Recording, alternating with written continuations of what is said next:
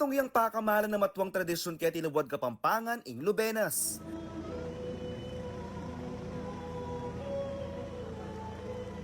Base king historical documents na ning balen ni Magalang at suking pamaninop na ning Holy Angel University Center for Kapampangan Studies. Ing Lubenas ing siyamaldong prosesyon at preparasyon para king pamanyatang na ning Pasko ing kebaytan na ning Ginoong Jesucristo. Paralan niya naman kano inibang ayag katdok ing pisamban di Kapampangan anyang mumunang panahon. Magumpisa king pisamban, maglimbon laring memale na magdalang mga ragula krus sa parul, asisimbolo kanuking apong Ginoo at tutukyan daring 12 batuin o ring 12 apostles.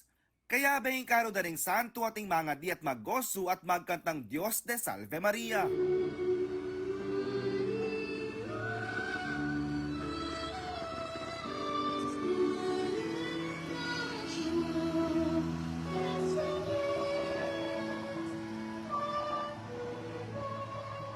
Banwang 2016, anyang minunarang dinaw ni Banalabatuing kay Magalang, kinasa na kanong Mayor Malu Paraslakso na mapreserba ay masalese ang tradisyon na ning Lubenas. Aside from itang cultural heritage ini na etamo buring daking Magalang ne, it is one way of bringing people closer to God.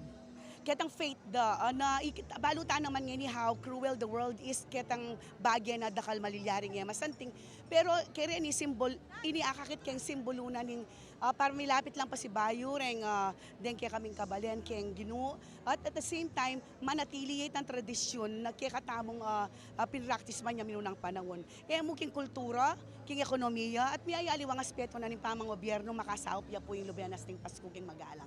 Anya naman pa si Bayo yang mera patinibeng ining Martis a 12 na ning Disyembre. May kisan metong laking Lubenas ning 27 barangay na ning Magalang. Keti miligligan na rin kanilang gewang parul a memyesala king Balen. Linim mula rin ni Kayabering Malasanto patron na ring Balang Baryo.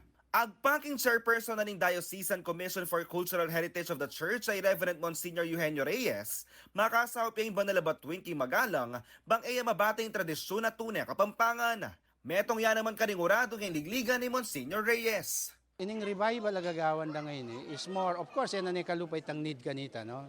But it is becoming more of adding color, religious color, to a festivity that we prepare for Christmas. At keng balo kong personal, kita mo mong Kapampangan kaya Pampangay ng ating makanya na tradisyon. I don't know if natin, pero wala akong balo. Giyang ako Kapampangan ko, taga-Tarlac ko, pero ikeng Kapampangan Tarlac, kaya malaki makanya na tradisyon.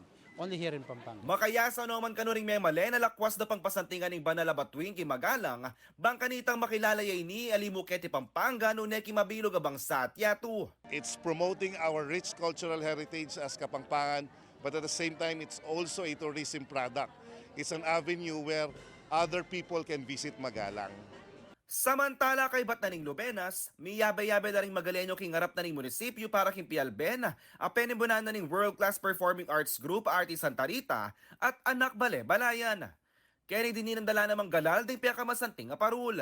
Ikwa na ning Barangay San Pedro 2 ning kalimang pwesto, 4th runner-up naman ni Barangay San Francisco, 3rd runner-up ng Barangay Santa Lucia, 1st runner-up yung Barangay San Ildefonso, at back-to-back winner naman yung Barangay San Jose. Many kwalang cash prizes ang pang premyo na pwede nang gamitan king karelang barangay projects ding minyambut.